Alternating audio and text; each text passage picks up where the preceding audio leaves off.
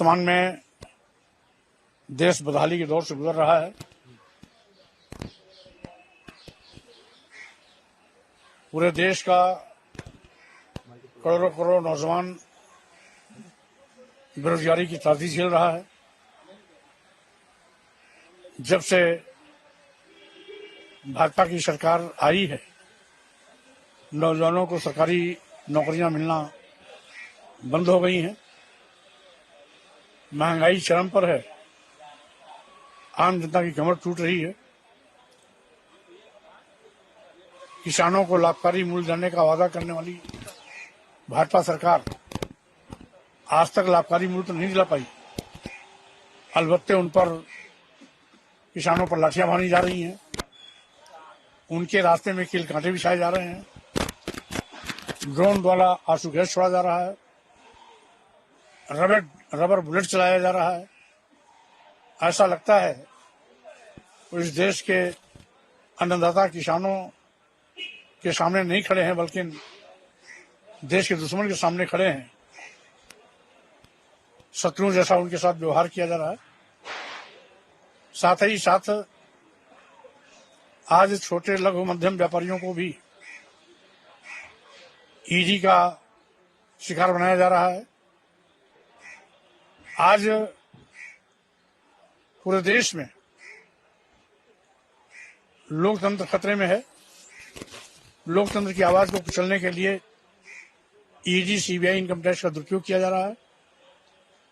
सभी विपक्षी पार्टी नेताओं के खिलाफ तथ्यहीन, मनगढ़ंत आरोप लगाकर मुकदमे दर्ज कराए जा रहे हैं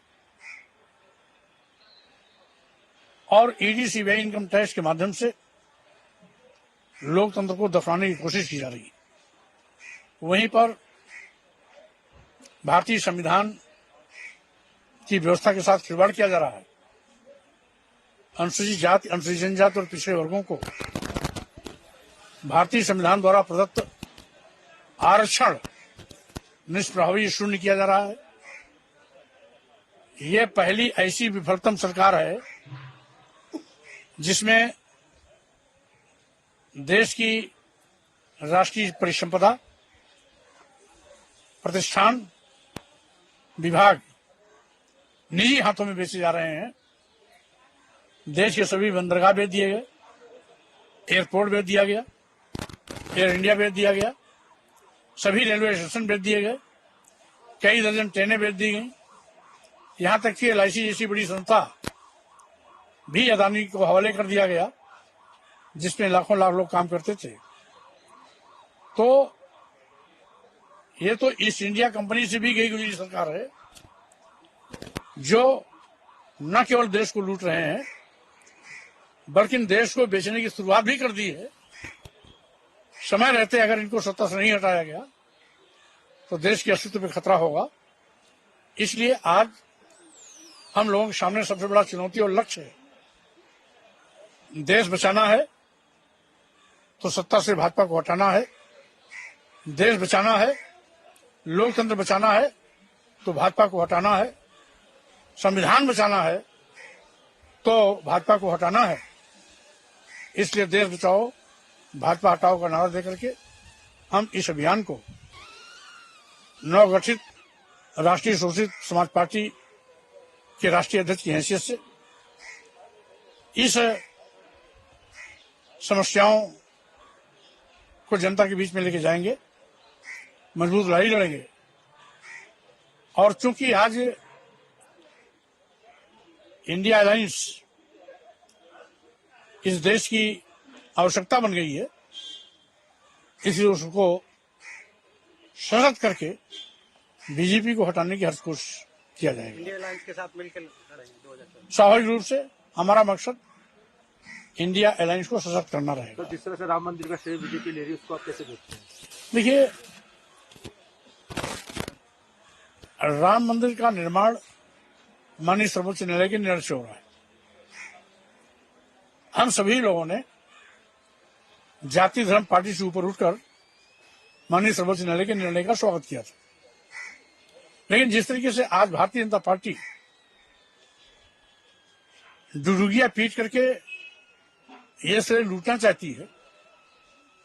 अयोध्या में भगवान राम की हजारों साल से पूजा हो रही है, उसमें प्राण प्रतिष्ठा करके ये साबित करना चाहते हैं कि भगवान राम निर्जीव थे, प्राणविहीन थे, उनके अंदर जीव नहीं था।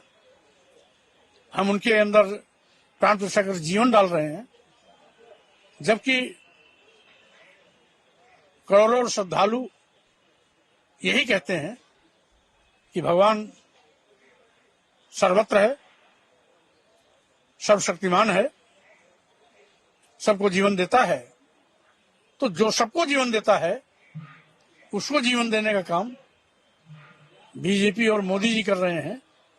हम समझते हैं ये भगवान राम की भी तौहीन है, उनकी मर्यादा के साथ खिलवाड़ है और साथ ही साथ करोड़ों श्रद्धालुओं की भावनाओं के साथ खिलवाड़ है, जो हजारों साल से पूछते आ रहे हैं। आज उनको प्राण प्रतिष्ठा कर यह साबित करना चाहते हैं कि भगवान राम से हम नहीं हैं, बल्कि भगवान राम हमसे हैं, क्योंकि हम उनमें प्राण प्रतिष्ठा कर रहे हैं।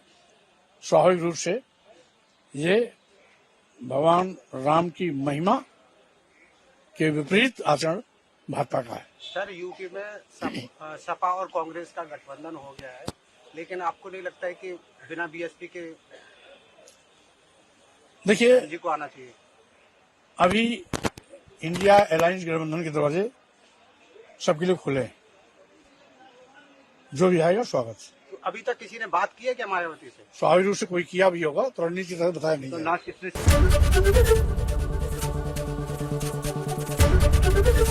एबीपी गंगा, खबर आपकी, जुबान आपकी।